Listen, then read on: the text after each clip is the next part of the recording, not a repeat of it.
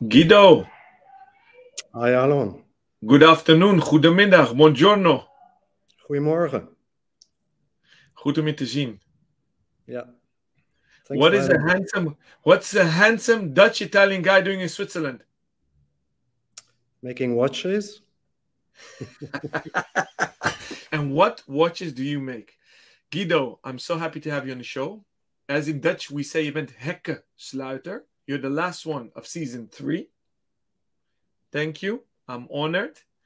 I'm very excited to have you on the show because you are a industry veteran. Although you look younger than I am, you have more track record than I do. And you look younger because you have a lot of fun and you create amazing stuff. Because during COVID, I think what you've created with your partners in the south of Switzerland, Watch Angels, is one of the most exciting projects that I've seen in the last 2 years.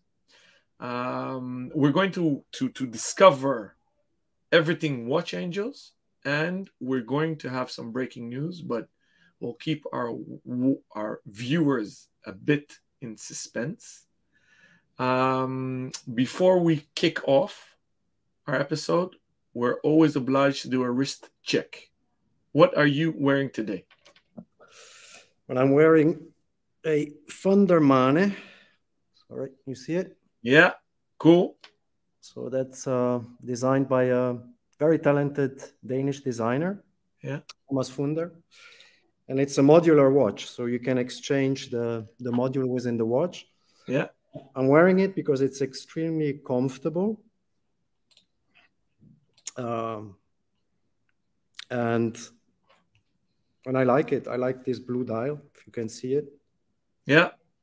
And it's I'm showing it on screen, but you know what I want to do? I want to run down all the brands after the 7 questions that you guys have kickstarted actually in the watch world. Obviously, I'm wearing nothing else than my Cedric Bellon, the first one. Very excited about that. On the background, we see the second project Cedric Bellon launched on Watch Angels, which obviously I ordered mine as well. So, as our regular viewers know, on the Ace This Live, all our guests get asked the 7 standard Ace List questions. So, here goes for you. Guido, first question. What watch or jewel is your favorite and why? It's always a difficult question. You know, when you work in the industry, you like so many watches. Okay, I love to change my watch very often. I love watches from the 50s, the 60s, the 70s. But there is one watch which lately I keep wearing and looking at, and that's the IWC Ingenieur from 2009. Is it what, the 3227? Don't know. With the 8000 caliber? I think so, yes. The thick one. It's pretty thick, but... The anti-magnetic. The anti-magnetic, yes. But on the wrist, it has such a stance, and it's just a very, very beautiful watch. And it's not everybody has it. You don't see it very often on the wrist. So I love that watch. Interesting. And of course, I love all the watches we make. Yeah. Of course, yes. Okay, amazing. Thank you for sharing. Second question. What did you want to be when you grew up? Oh, I wanted to be what many boys want to be. I wanted to be a pilot, Alon. Yeah, but... So did my dad. So did my brother and I. And that's a bridge to why all of us created the collab that we created. That's interesting, actually, that you mentioned that. Yeah, it's true. Okay, so you grew up in Holland, right, Guido? Excuse me? You grew up in Holland? Well, I was born in Holland. I was born in Groningen, in the north. And then you went to Italy? And then I went to Italy, yes. So you wanted to join the Luchtmacht or the Frecce? No, just the airline, you know. KLM, Alitalia, whoever, yes. Yes. And why didn't you? Because I went to do a test, actually, and they didn't accept me, so I failed the test. but after I became a private pilot. Mm? So in So the you end, fly. I did it privately, and the beauty of it, Alon, is that once you're up there and you look down at the earth, right? You look at all the little cars, the nature, things get a completely different perspective. And it's one of the few situations where you are completely responsible for yourself. Yeah. Any action, you do is your own responsibility. Yeah. So you're in your own hands, and that's it's interesting, very interesting. I agree with you. And I had the privilege to both pilot a private airplane and a helicopter. Okay. And although I love speed, I actually really relate to what you said. And what I like with helicopters, especially the smaller ones that have a plastic bubble and you go vertically up. And that puts everything literally in perspective because Yes. airplanes are fast and horizontal. So, yeah, very cool. You're more of a vertical guy. I think so. I think so. Third question.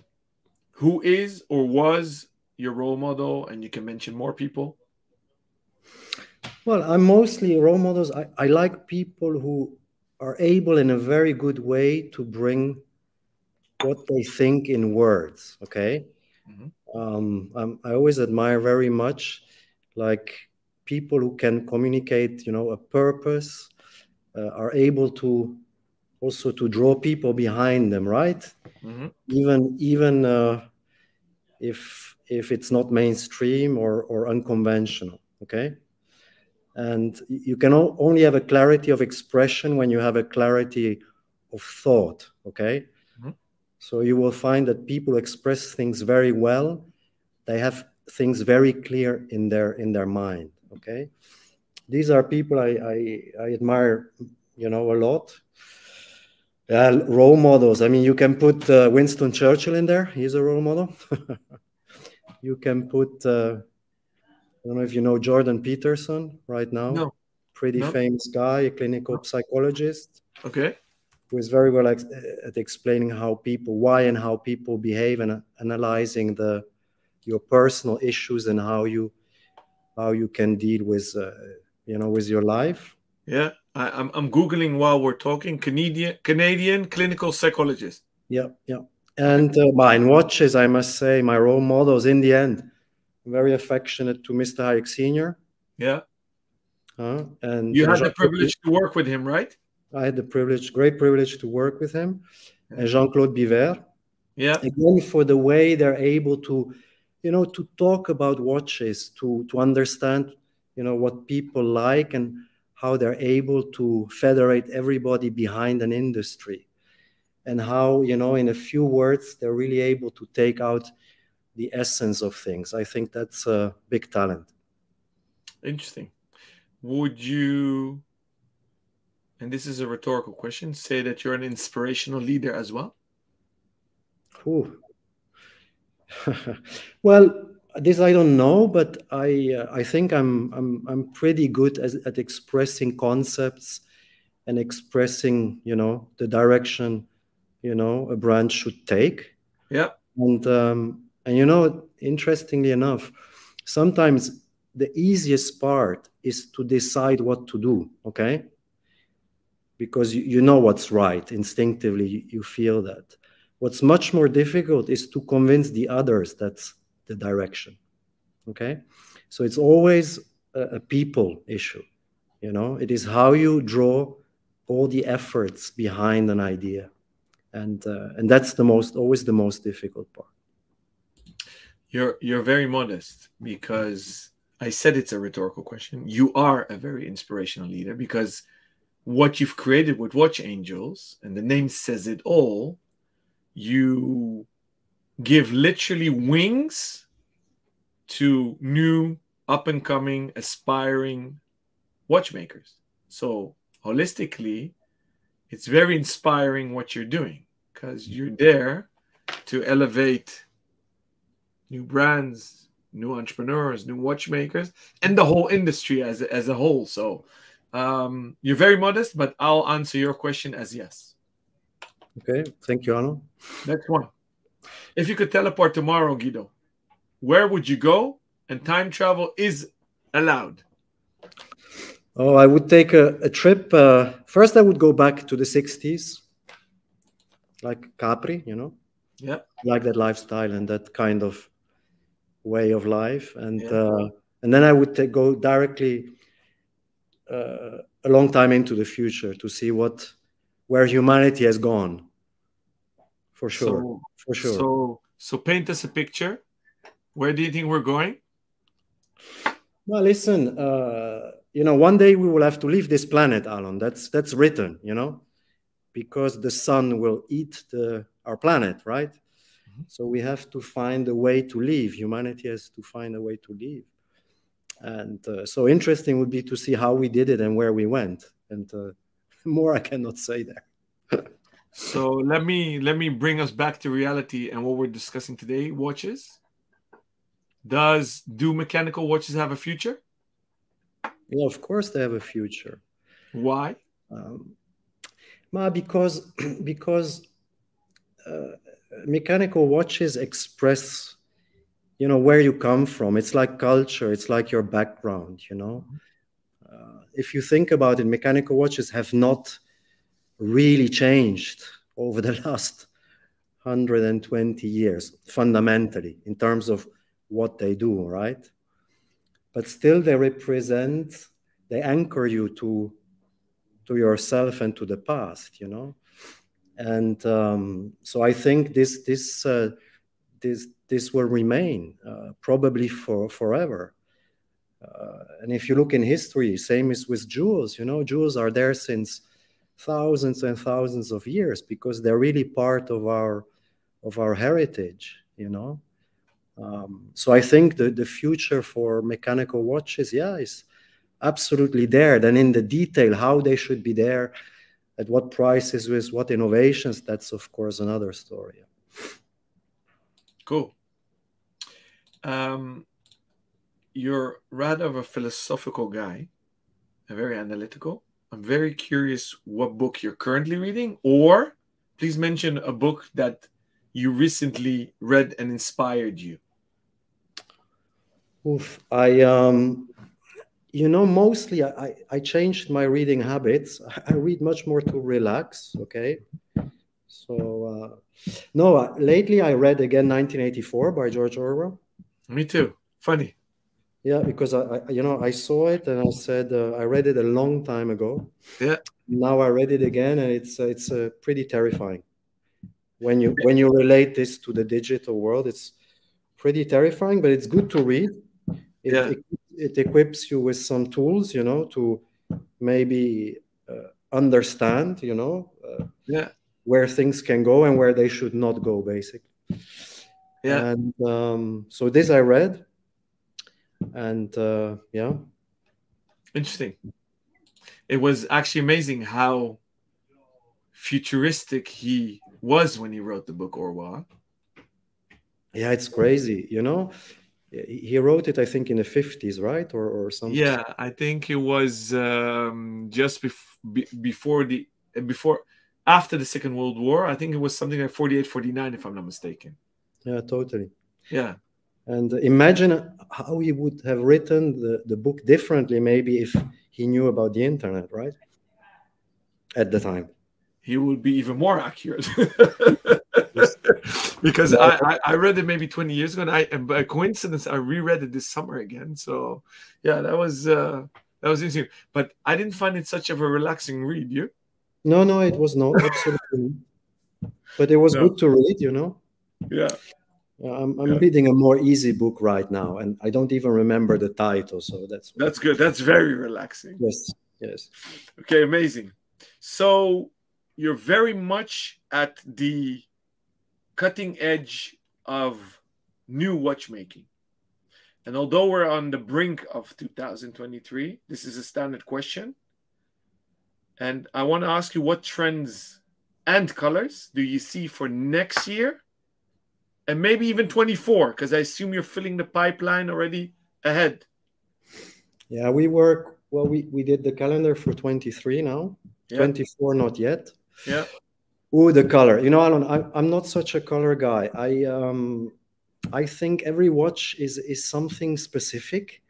I think what you have to do is to start from the concept of the watch and the story of the watch, and then you come with the color.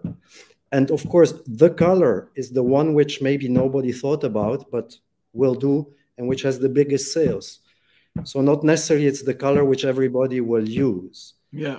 So so I cannot tell you a specific color.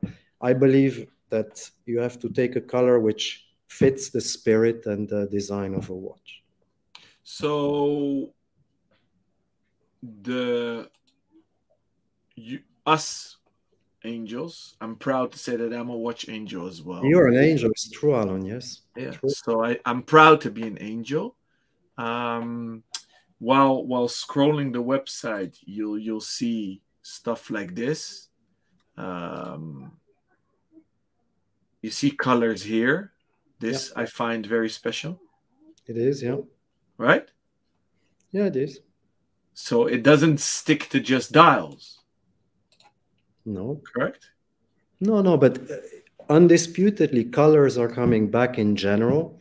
Yeah. That means not too conservative, you know, white, black, blue. That's true.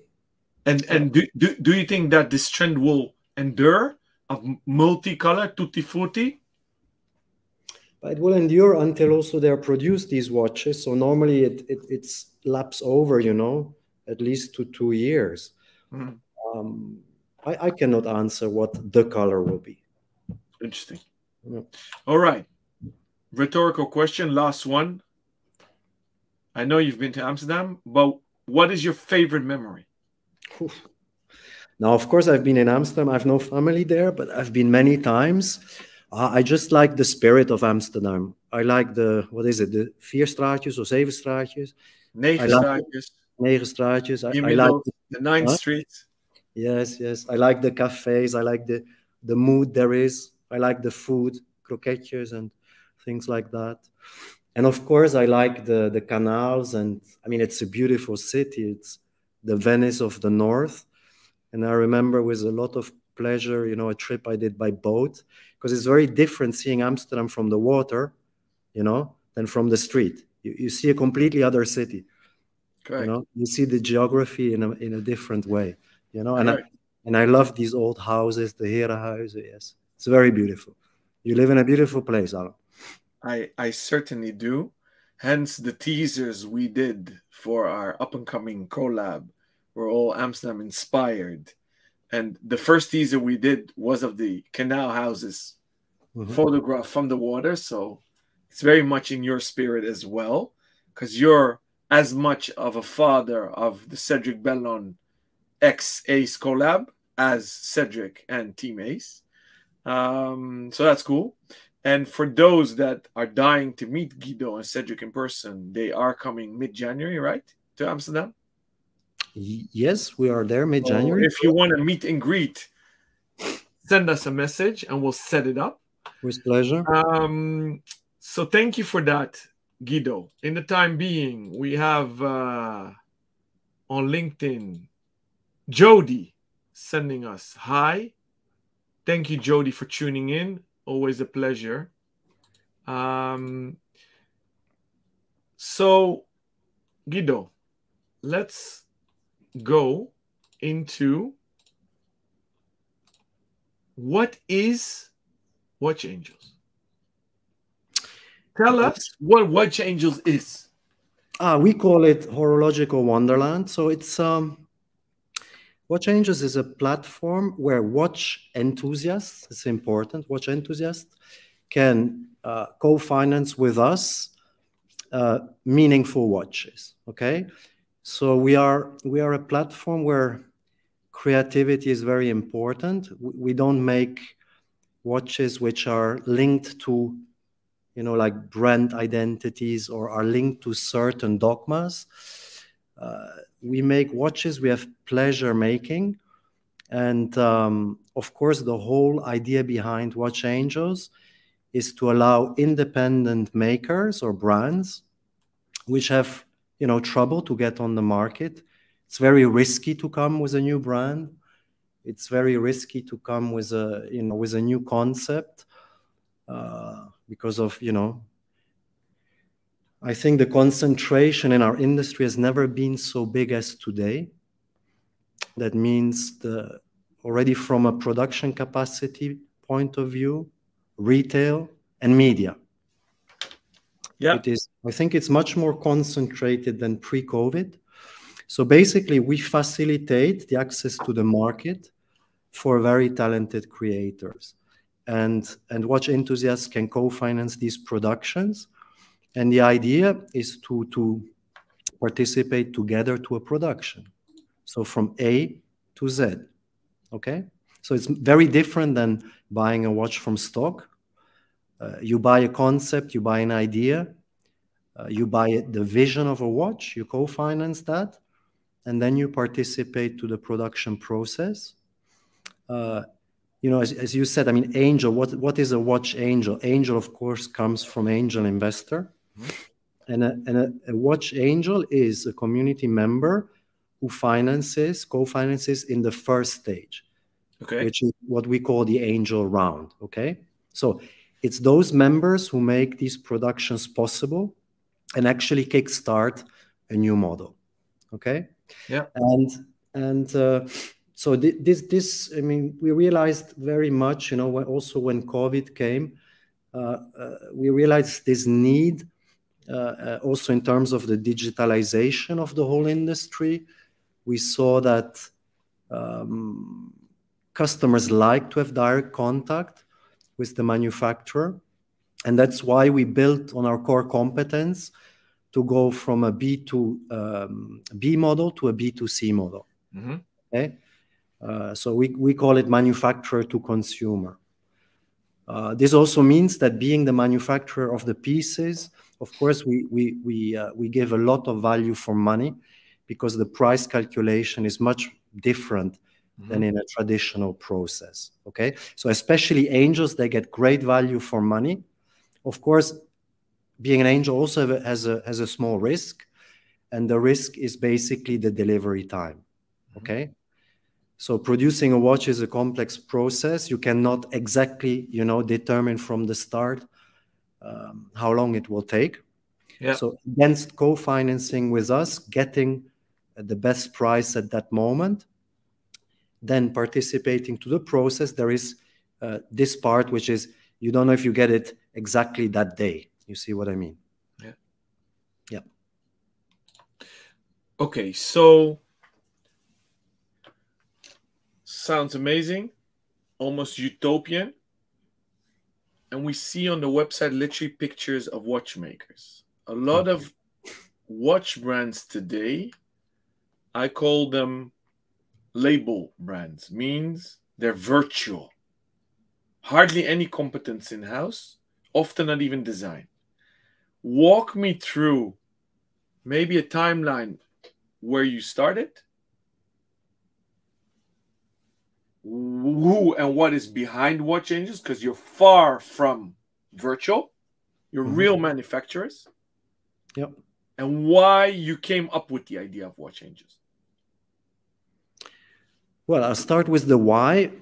Yep. The why is so we are a spin-off of a bigger company, a production company, and the why is simple. Is we see the difficulty of brands in having new brands, to create a sustainable business model. Okay, so over the long term. Yeah. And this is also for Kickstarter brands. Yeah. The first sale is easy, but keeping that as a sustainable business model is another ball game. Okay. Yeah. So we said, okay, we can apply our competences and we can put our operational and manufacturing structure at the service of talented independents. Okay. Yeah. To allow them to sustainably manage, a brand supported by our operational structure. You can imagine it like it's kind of, a small swatch group where the brands are individuals. Yeah.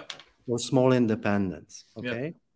Yeah. Of course, this means we take the commercial risk, and that's why we also do a very strict due diligence on the projects we take on.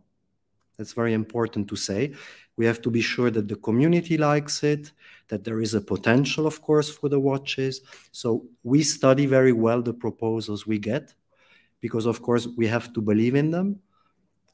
We also have to believe in the person, so in the creator or the brand. Yeah. So it's never opportunistic projects. It's not like Kickstarter.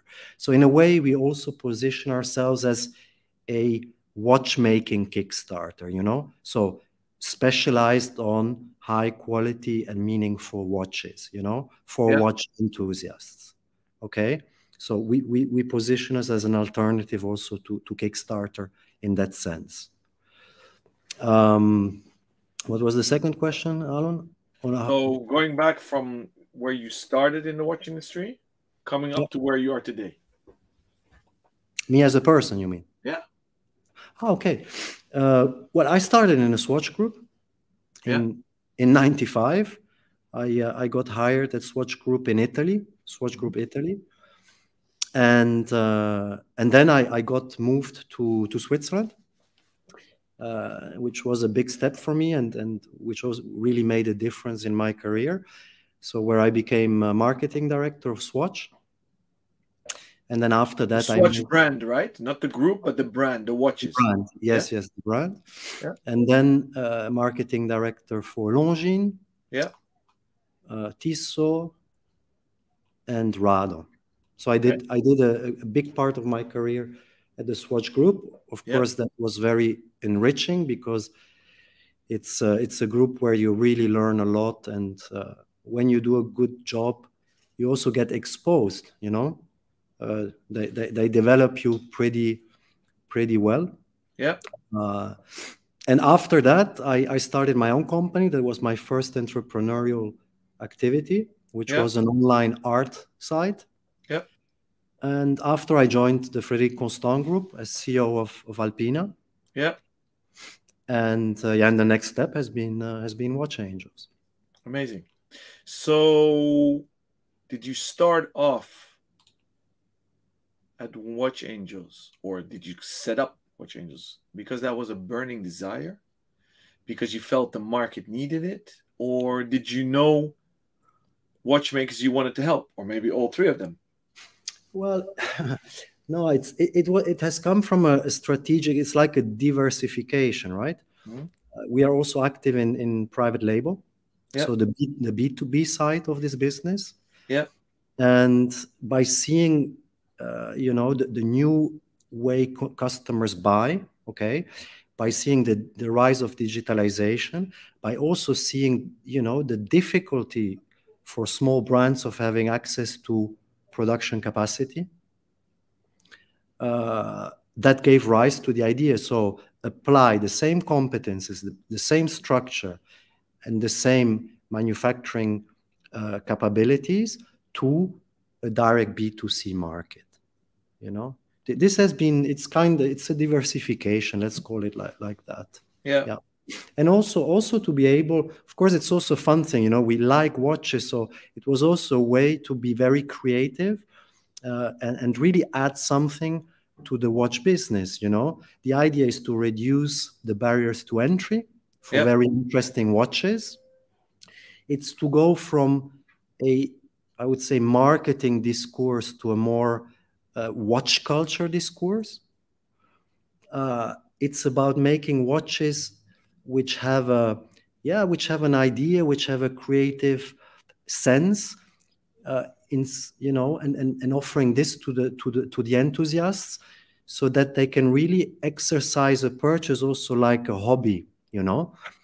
For example, if you are an angel, in the end, what do? Because of the value for money, you can buy more watches, right? Mm-hmm. So if you support 1, 2, 3 projects, firstly, you can collect more than in another way, just because the watches are less expensive, okay, or have a more value for money. And then I think you have this pleasure of being delivered with a new watch like every 3 to 4 months. Yeah. And like a good wine. And you're in a process. And, we listen very much also to the community. And we see this happening, once you get inside, it also, and that's what we want, it becomes a bit your watch universe, right? Yeah. You discover, again, you discover complications, new ways of doing habillage. So our effort, and of course we're still learning and working with the community on this, our effort is also to, you know, with this system, to bring more watchmaking culture and to change the way, you know, everybody, Alon, has today, you know, has in the Western world, maybe has 5, 6 watches, you know, every man, correct? Mm-hmm. So how many more branded watches can you have, right? Yeah. You need also another reason to buy. Yeah. And that's, I think, feeling part of something, you know, and I must say the community likes to support new makers. They're also proud of having done that, you know. So yeah, it's kind of a different way to interpret also the customer. And it's very interesting. In the last edition of the Deloitte watchmaking study, it's the first time these things come out. Like 52% of the customers which have been asked, so 52% said, yeah, I would be happy, or I would consider to participate to a community-driven watch, like to participate. And that's, I think that's very interesting. That means that the market is segmenting, you know. You buy watches for gift, you buy watches for yourself, but you now also buy watches for the pleasure of being part of a process. Yeah, that's amazing. And I've just shown your website. It's very easy to navigate. All the info is there. How to become an angel, how you guys work, real people in a real factory. So there's nothing virtual. Should we walk through the projects till now? Is that maybe a good idea? Yeah, yeah. So the first one was actually Cedric Bellon, wasn't it? Yeah, the first one was Cedric Bellon, and because Cedric had this vision, you know. Cedric is, you know, you interviewed. Which is this one, right? It's my watch. Correct. The CB01 was the first ever project on Watch Angels, right? That's correct. Yes. Yeah. Yes, and it was the first project for different reasons. First, it really reflects the mission of Watch Angels, which means to make watches with a purpose.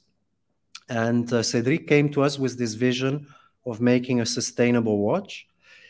And,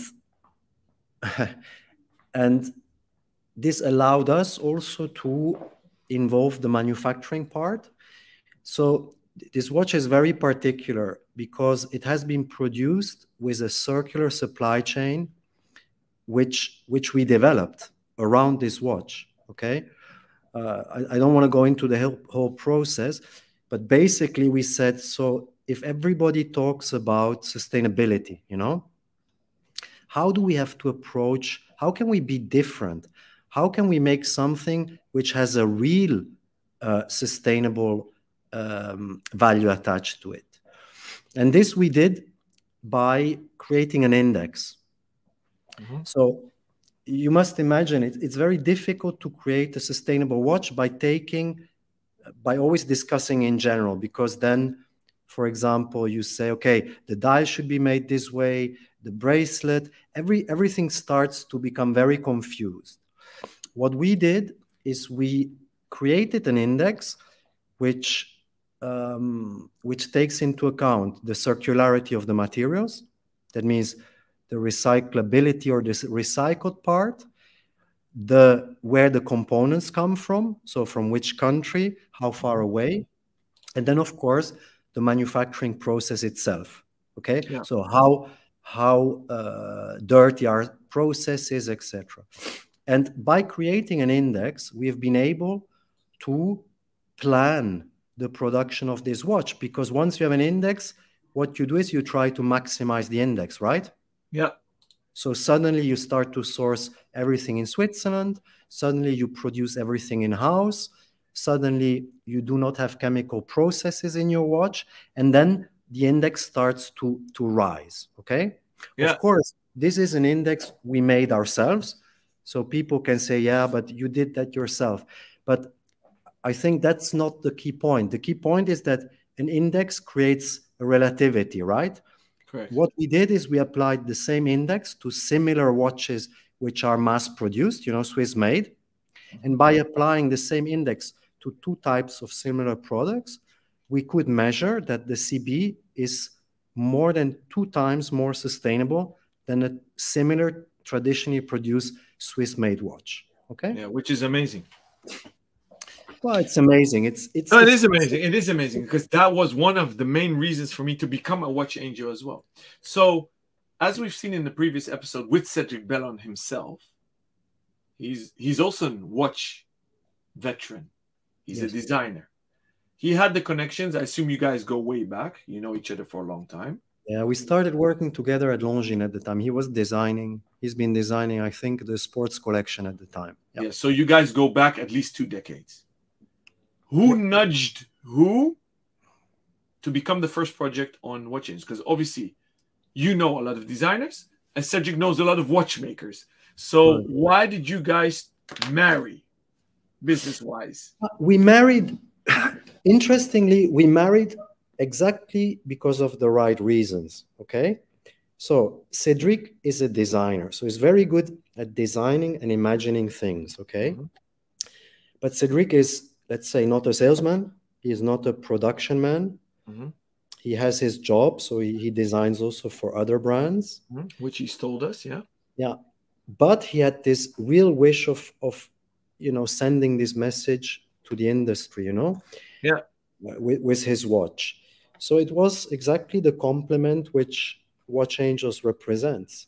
So did he walk around with his idea and you told him about Watch Angels and then you said, hey, let's go? No. Or did he literally seek a manufacturer that could make that? No. When we were ready, I called Cedric and said, Cedric, you remember your idea and your dream of making a sustainable watch? I said, let's do it. Because so now, you pushed him, now we have him out of his comfort zone. Yeah, exactly. Cool. Exactly. Okay, amazing. All right, we'll get back to Cedric later and his amazing designs and watches. What was the second project, Guido, on Watch Angels? Waltham? Yeah, I think, the second was Waltham. The Field and Marine Dual Time? The Field and Marine Dual Time, that's correct. Which is this one, yeah. Which I think was also a good success. Or actually a very successful project. This is a great success. But I think simply because what we did here is to take a very significant model of the past. Yeah. So this brand existed? This brand, it still exists. It's an American brand, yeah. It's an American brand. Yeah. And we collaborate with the owner of this brand. Yeah. And what we did here is we selected a very significant watch from the past. Yeah. Which is the Field and Marine, which actually was the first waterproof watch in history. Yeah. And again, redesigned it in a way to stick to the original codes, you know, but putting them up to date. But more especially, we reimagined the crown system by taking the original patent and bring it up to how that would have been done today. Okay, so there is a big technical part to that watch as well. And yeah, it's a great success, this watch. So this was actually interesting what you've been telling, and we saw somebody sketching. My dear colleague Dale on YouTube sent in a question asking from a sketch in brackets, like behind Alon, to a full technical drawing. How professional should the designs be when they are proposed to Watch Angels? Okay, so this is a very good question. They should be as professional as possible. Okay. For one reason is that we want people who really already invested in their idea. Yeah. That means you have to be really motivated and you have already, like a startup in the end, right? It's called Watch Angels. So you have to have invested already in your idea and gone already pretty far. That's what we like. And then in specific, it can be, you know, a 2D or 3D design. That's okay, you know. Yeah. But what we don't do is like, you know, oh, I have the idea of this watch. Can you help me? It needs to be a real personal investment into the project. So the brands you want, or watchmakers or designers, is ones that have the brainchild, but are looking for execution. You guys don't do marketing mumbo jumbo, No. but just creating stuff just for the sake of filling supply chains. Absolutely, that would not work. Because technically, your manufacturer behind it is already past its capacity, right? So you're actually not looking to fill your machine hours. You really do this out of an holistic point of view, don't you? Well, we need watches which have a big sales potential. Yeah. So that means that once you have invested in your design, you're convinced about your idea, and so on, it's a project which has much more probability of success.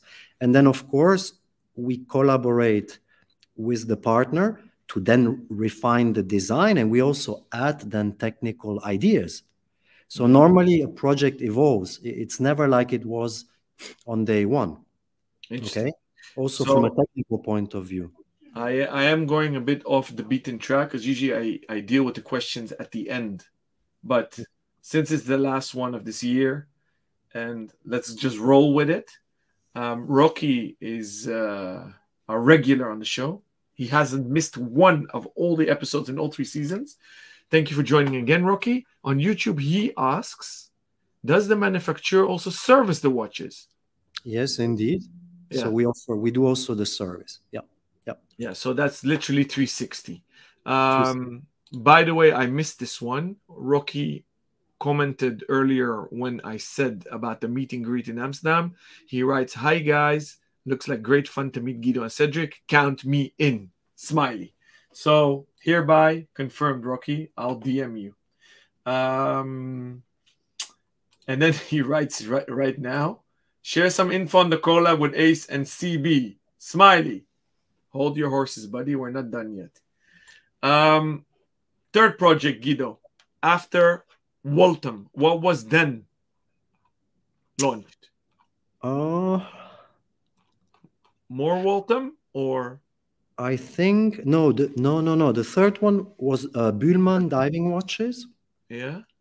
So that's also those are amazing things. Yeah, here it is. That's also an interesting case to show how we work with Watch Angels. So here we basically met the son of the Swiss professor who invented the decompression tables. Okay. Yeah. So he was a scientist and he basically developed safe diving. So he was studying breathing and gas mixtures and these kind of things. And basically he spent 30 years to create a formula so that people could do the decompression stops. Yeah. And we translated, you see the tables there, that yellow one? Yeah, here. So we translated those tables functionally onto a watch, so on the bezel of a watch. And we translated this whole vision of this professor in the design of a watch. So there's many details in this watch, from the bezel to the fact that we chose to have one big hand, the minute hand, because that's what you focus on when you dive, and then have the time in a disc, digitally, okay? So this is really a pure concept watch, which is based on the legacy of this professor. Yeah. And so this is another way we collaborate. Huh? So, amazing. Yeah. Because this one has been actually quite some time in the pipeline. I love the bullhead. The case has inclination in it. Yeah. And actually, I see there are a few left. So, guys, get on the bandwagon. You can still get them with Angel discount. Correct? Reservation discount. Once the watches go in production after the Angel round, they become a bit more expensive and they can be reserved.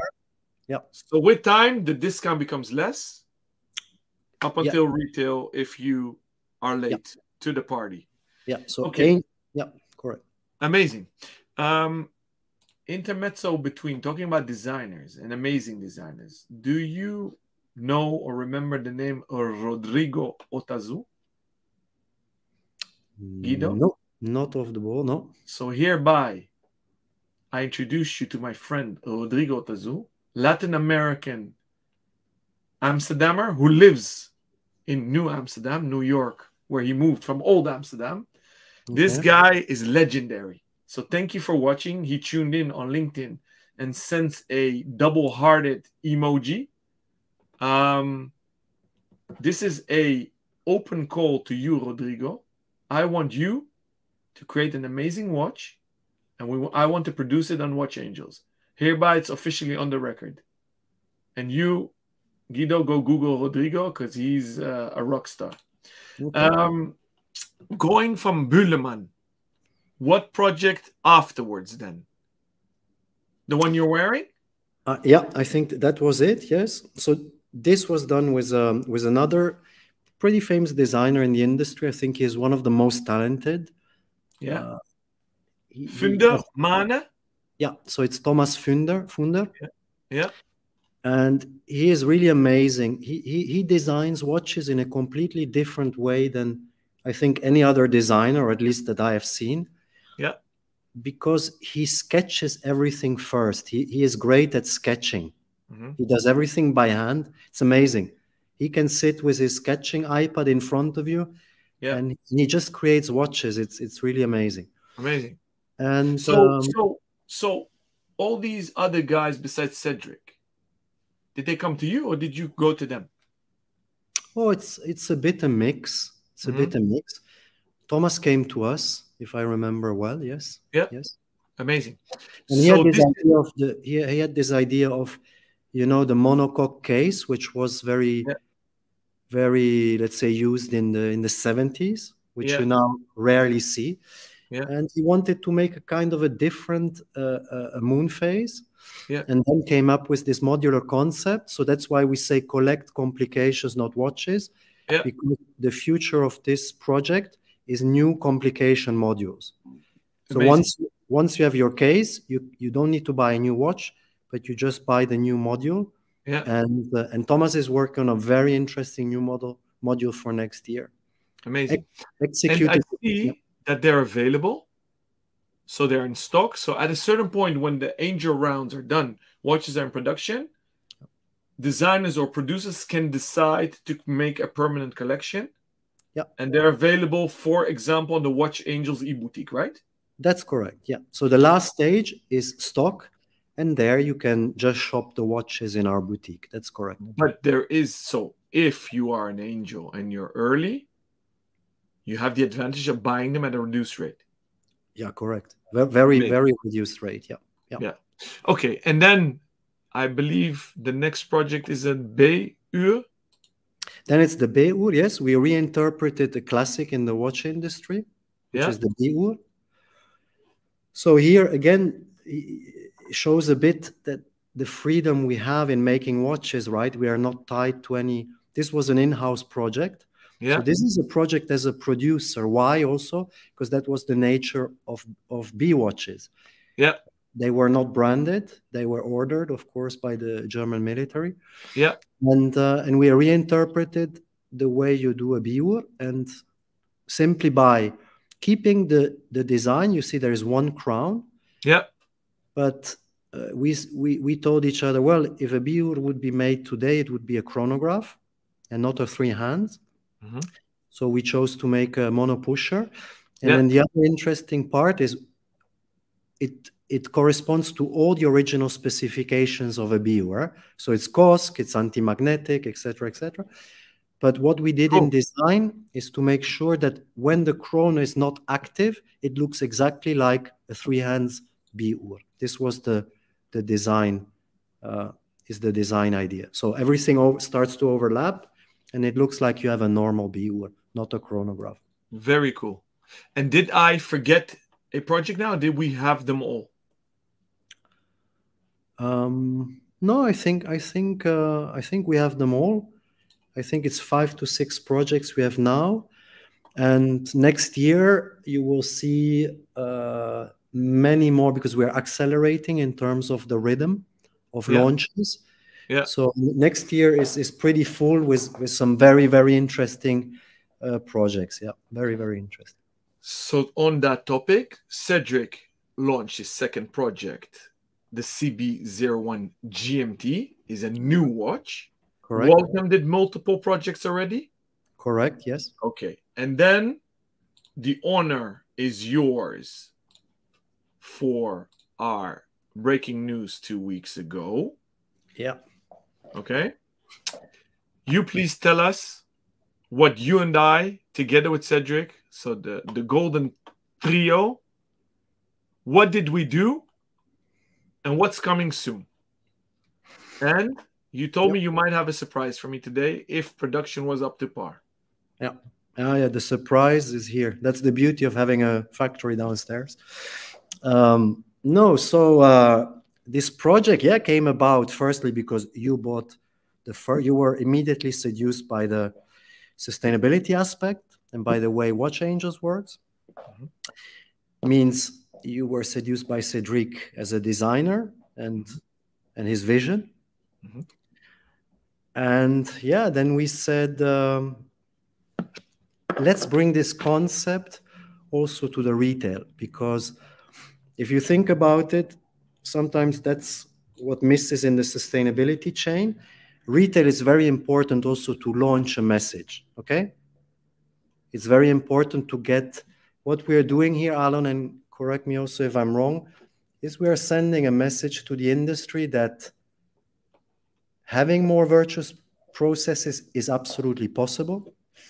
Making beautiful watches, which are also more sustainable than the traditional watches, is possible. And so I welcome your engagement on this project, because also the retail has a role in spreading this message. And you had this great idea because you like mil-spec watches, right? I'm a wannabe pilot. You are a real pilot, but I'm a wannabe. Okay, so we discussed with Cedric. I remember your initial brief, which was mil-spec and, you know, and introducing some elements of Amsterdam, which was important for you. And so I have the pleasure, because it came out this morning from production. It's really like, it's like the bread which comes out of the four. So this is the watch. Opa! I hope you can see it. Yeah, I gave you a solo view. Amazing. So the difference with the standard model is the dial, which is mil-spec. Yeah. With the numerals instead of the dots. Yeah. It has the different color combo, so black dial and circular brushed 24-hour ring. Then you see the Amsterdam symbol on the dial, which is the 3 axes. Okay, and then with a nice engraving on the back, again with the Amsterdam symbol. Amazing. So this is 25 pieces limited edition, and it's a watch with a 85.73, I think, sustainability index. Yeah, amazing. So thank you for that. That's the proto. It's still not 100%, right? Because we want the indexes and the numbers a bit whiter. So I was very honored that you reached out to me after me being so excited about both Cedric Bellon's watches, because when he launched the second one, I immediately ordered it. But I was cheeky and I asked if we could have the honor to take this GMT watch, which technically is a pilot's watch, and make it more pilot on the teams we do on our collabs, because we have made several Amsterdam series watches. The logo of Amsterdam is black, red, white. So we took that team and made a special edition. So I'm very humbled and very honored. And both of you have been amazing, because nothing is impossible, doesn't exist in your vocabulary. You guys work with utmost precision, speed, and enthusiasm. So, and up until now, you've delivered on everything you've promised and said. So I'm super excited. For our viewers that want to pre-order the watch, please go to watchangels.ch/watches. So going to the homepage, you click on projects. And if you are looking today, it's the first cube on the website. It will scroll down with new concepts. When you click on discover, you can drop your details. This mailing list is just used for this limited. We take privacy very seriously, both Watch Angels and Ace Jewelers. We're not going to sell your data. We're not going to reuse your data. There are only 25. Obviously, the first 3 are for Papa, my brother, and I. So technically, there are only 22 left. First come, first serve. And if you want to see the proto, come mid-January, because I assume Guido and Cedric will bring it. I hope so. Sure. And if you have any questions, reach out to us. I'm super excited. I can't wait to see it. We have less than 4 minutes, Guido. Alon, I would also invite, for whom is interested, of course, to go on the CBGMT project page. And check the sustainability report. Good idea. It's really a good read. You see exactly how we work, the approach. And you will realize that it's not greenwashing. No. And those that know Team Ace, we hate any washing, including greenwashing. So Rocky writes, nice. Thank you, Rocky. We have Nom Pumalelo Shabangu. I hope I said your name, your beautiful name, correctly. And if I didn't, I apologize. On LinkedIn, she writes, the Ace collaboration is really something to look forward to. Thank you so much. We appreciate you watching and commenting. Maybe one more, Cedric. Questions we received beforehand was on Facebook. What was the most successful launch on Watch Angels until now? But very similar success, I would say, in terms of monetary terms. It was Bühlmann and Waltham. Interesting. Interesting. And are you guys literally global? Is it? Yeah, we're global. Angels from all over the world? Yeah, we sell all over the world. Interestingly, we have more and more customers from Asia, Middle East. Okay. This was not like that in the beginning, and now it's coming, which is interesting. Yeah. But the composition it really goes per project. So, for example, Waltham is very much American. Cedric Bellon, because he's French, is very much French. So where the partner comes from also directs a lot of where the customer comes from. Yeah. Every project has an identity. Amazing. So if there are no other urgent questions anymore, I want to thank you, Guido, so much for today. Thank you, Alon. For the friendship, for the partnership, and for giving us the privilege to make a collab. I'm super excited. Thank you. This wraps up season 3 of the Ace List live. You can watch all previous episodes on theacelist.com. I want to thank all of you for watching, commenting, interacting with us. For me, it has been a great joy. I've enjoyed it. I hope you too. And Guido, I want to wish you a Merry Christmas, Happy New Year, and see you in less than a month, I guess. See you in Amsterdam.